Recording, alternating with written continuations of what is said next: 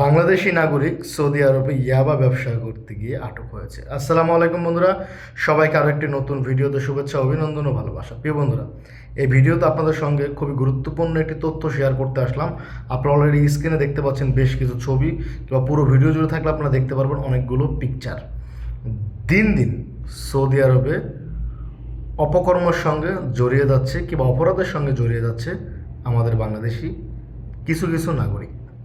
আজকের এই ভিডিওটি এই বিষয় নিয়ে অবশ্যই ভিডিওটি সর্বোচ্চ শেয়ার করে আপনাদেরকে জানিয়ে দেওয়ার অনুরোধ রইল অন্য প্রবাসীদেরকে সতর্কতা বার্তা হিসাবে। প্রিয় প্রবাসী বন্ধুরা, আপনাদেরকে যে স্ক্রিনশটগুলো দেখিয়ে দিচ্ছিলাম, সেই স্ক্রিনশটগুলোর যে মূল কাহিনী সেটি হচ্ছে আমাদের এক বাংলাদেশি এবং সাথে দুইজন ইন্দোনেশিয়ান তরুণী সহ গ্রেপ্তার হয়েছেন ইয়াবা বিক্রি করতে গিয়ে, অর্থাৎ আব্বাকে বিক্রি করতে গিয়ে তারা রিয়াদ পুলিশের হাতে গ্রেপ্তার হয়েছেন এবং এই বিষয়টি ফলোভাবে প্রচার হচ্ছে। তো প্রিয় প্রবাসী বন্ধুরা, আমরা যারা প্রবাসে আছি, হাতে গোনা কিছু অমানুষ, তাদের জন্য আমাদের লাখ লাখ প্রবাসীদের বদনাম হচ্ছে। কথায় কিন্তু ভিডিওর ফার্স্টে কিন্তু তারা বলে মুকিমুতুন এজেন্সি, অর্থাৎ এজেন্সিয়া কি মুকিম, অর্থাৎ লোকটি কোন দেশের, এজেন্সিয়া বাংলাদেশি। যখন এভাবে বলে না, ভালো কিছু করলে আসলে আমাদের গর্বে বুক ভরে যায়, আর খারাপ কিছু বললে মাথাটা নিচা করে রাখতে হয়। তো আমাদের যে সমস্ত বাংলাদেশি ভাইয়েরা এখন এই সমস্ত অপকর্ম আকাম কুকামগুলো করেন, আপনারা কি একটি বারও এই যে লক্ষ লক্ষ প্রবাসী রয়েছে তাদের কথা চিন্তা করেন না? আর চিন্তা করবেনই কীভাবে? আপনারা তো চান আপনাদের পকেটটা ভরার জন্য, অন্য লোক খেয়ে আছে না খেয়ে আছে সেগুলোর দিকে তো আপনাদের দেখার দরকার নেই।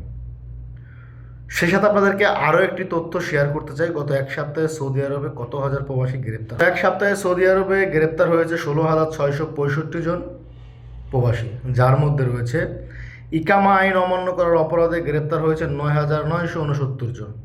শুধুমাত্র ইকামা আইন লঙ্ঘন করার অপরাধে 9,969 জন গ্রেপ্তার হয়েছে এবং সেই সঙ্গে অনুপ্রবেশকারী গ্রেপ্তার হয়েছেন 4,676 জন। অর্থাৎ অনুপ্রবেশকারী সেটি অন্য ক্যাটাগরির লোক, সেটা আমাদের দেশের নাগরিক অতটা হয় না। এবং শ্রম আইন ভাইলেশনের কারণে গ্রেপ্তার হয়েছেন 19,020 জন। এই 19,020 জনের মধ্যে শ্রম আইন ভাইলেশনটি কী সেটি আমি আগে বুঝতে হবে। শ্রম আইন ভাইলেশন হচ্ছে আপনি এক কফিলের লোক, আপনি কাজ করছেন অন্য কফিলের, অর্থাৎ আপনার কফিল রিয়াদে, আপনি কাজ করছেন জেদ্দা, আপনার কফিল জেদ্দা, আপনি কাজ করছেন মদিনা, দাম্মাম, আল-কাসিম, বিভিন্ন ডিস্ট্রিক্টে। অর্থাৎ এক কথায় বলতে এক কফিলের লোক অন্য কফিলের কাজ করার কারণেই মূলত ওকে সেটাকে শ্রম আইন ভাইলেশন বলে। আর এই শ্রম আইন ভাইলেশনের কারণে গ্রেপ্তার হয়েছেন প্রায় 1,920 জন। 1,920 জন মোটামুটি গ্রেপ্তার হয়েছে। আর এটি কিন্তু আমার মুখের কথা না, আপনারা অলরেডি স্ক্রিনে দেখতে পাচ্ছেন। তারা কিন্তু প্রতি সপ্তাহে এই রিপোর্টটি আপডেট করে সরাসরি সৌদি আরবের গণমাধ্যমে এবং সৌদি আরবের মিনিস্ট্রি থেকে। সে সঙ্গে বলতে চাই, আমাদের অনেক বাংলাদেশি বিভিন্ন অপকর্মের সঙ্গে জড়িত হওয়ার কারণ হচ্ছে তাদের মেন্টালিতে আমার মনে হয় প্রবলেম আছে।